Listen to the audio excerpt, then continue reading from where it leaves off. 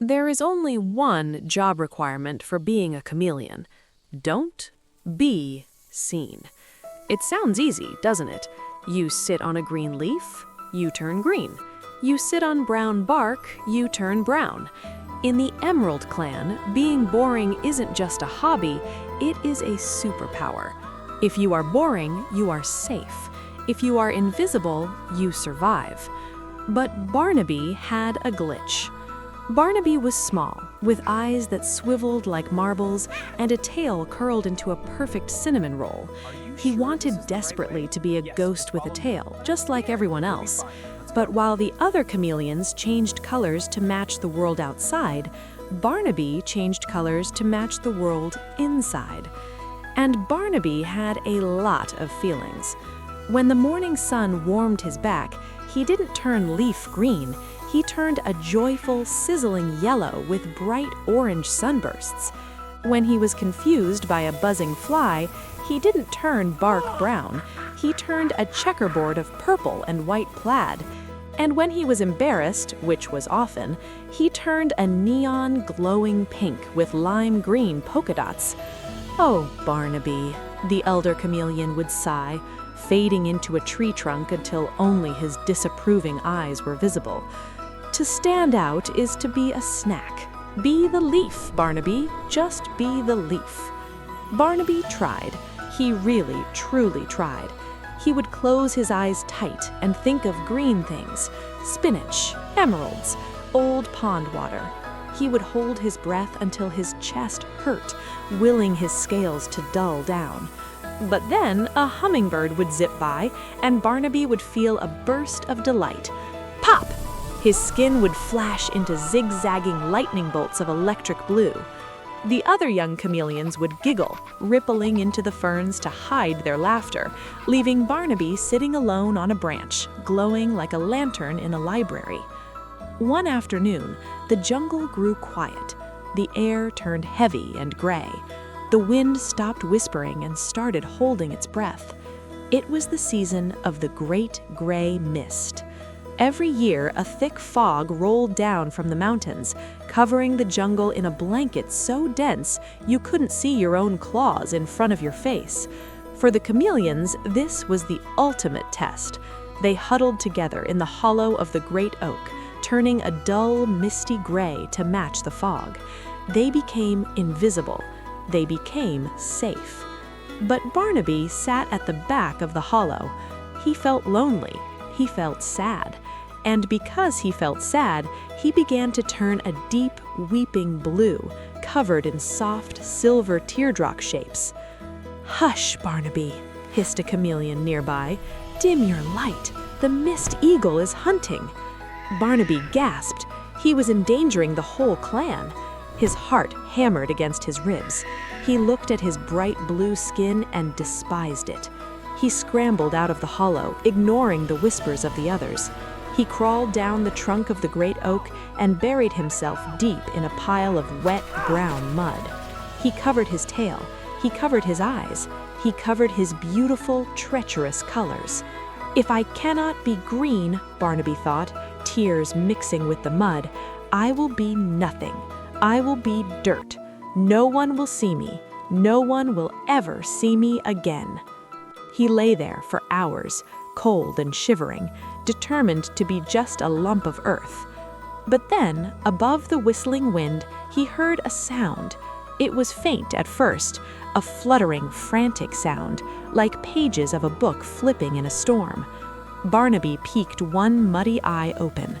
High above, through the swirling gray fog, he saw them, the monarchs. Thousands of orange and black butterflies were migrating through the jungle. They were trying to find their way to the resting tree, but the great gray mist had blinded them. They were lost. Without the sun to guide them, the butterflies were spiraling down, crashing into leaves, landing on the wet ground. Their wings were too heavy with moisture. They were fading. The jungle was too gray. There was no contrast. There was no beacon. Barnaby watched a single butterfly land near his nose. It folded its wings, shivering, its bright orange color swallowed by the gloom. It had given up. Barnaby felt a spark in his chest. It wasn't fear, it wasn't embarrassment, it was something new. It felt warm, like hot cocoa on a rainy day. It was compassion. He looked at the mud covering his scales. It was safe, it was hidden, but it was cold. Barnaby looked up at the swirling chaos of lost butterflies. They didn't need a leaf, they didn't need bark, they didn't need a shadow. They needed a light. Slowly, Barnaby stood up. He shook the mud from his left leg, then his right. He shook his tail. He took a deep breath, filling his small lungs with the misty air. He closed his eyes, but this time he didn't think of spinach. He didn't think of blending in. He thought of the warmth of the sun. He thought of the taste of a juicy berry. He thought of the love he had for this beautiful, dangerous world. He let the feelings rush out. Whoosh! It started at the tip of his nose, a glow of radiant gold. Then it swept down his back, a vibrant magenta. Rings of turquoise rippled across his sides. Polka dots of fiery crimson bloomed on his head. Barnaby didn't just shine, he blazed. He was a living firework, a kaleidoscope of pure, unfiltered emotion standing in the middle of the gray void. High above, a butterfly noticed, then 10, then 100. In the swirling fog, Barnaby was the only thing that made sense. He was a lighthouse in the storm. Barnaby began to climb.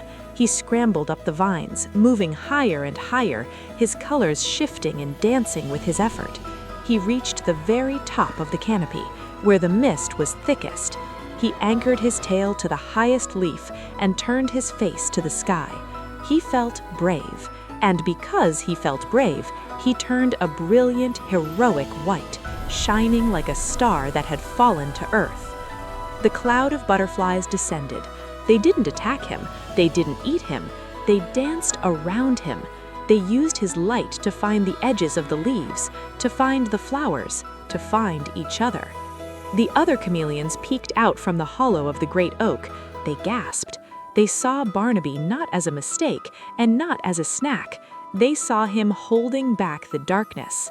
Suddenly, the elder chameleon stepped out. He looked at his own dull gray skin. He looked at Barnaby's brilliance. The elder closed his eyes. He thought of how proud he was of the little one. Slowly, awkwardly, the elder turned a soft, pale lavender. One by one, the other chameleons stepped out. They let go of their fear. They thought of joy, of hunger, of friendship. The Emerald clan exploded into a rainbow. Reds, purples, yellows, and stripes painted the tree trunk. Together, their collective glow cut through the mist like a sunrise. The butterflies, guided by this magnificent map of color, found their way to the resting tree, safe and sound. As the mist finally cleared and the real sun broke through the clouds, Barnaby sat on his high branch, exhausted.